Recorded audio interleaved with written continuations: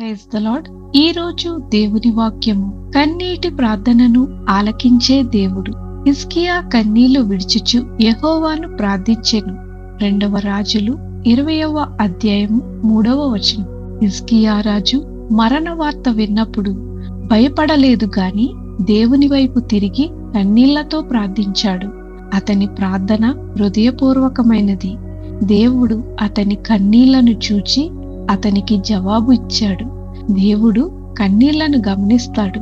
మన బాధలను, మన హృదయ వేదనను దేవుడు చూస్తాడు.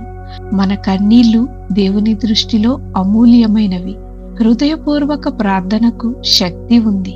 హిజ్కియా కేవలం మాటలతో కాదు, విశ్వాసంతో ప్రార్థించాడు. నిజమైన ప్రార్థన దేవుని హృదయాన్ని కదిలిస్తుంది. దేవుడు కృపతో జ్ఞాపకం చేసుకుంటాడు. హిజ్కియా తన విశ్వాస జీవితాన్ని దేవునికి గుర్తు చేశాడు. దేవుని కొరకు నడిచిన జీవితం ఎప్పటికీ వృధా కాదు. మనము కూడా కష్ట సమయాలలో నిరాశ పడకుండా దేవుని సన్నిధికి రావాలి. కన్నీళ్లతో చేసిన ప్రార్థనను దేవుడు ఆలకించి సమాధానం ఇస్తాడు. ప్రార్థన.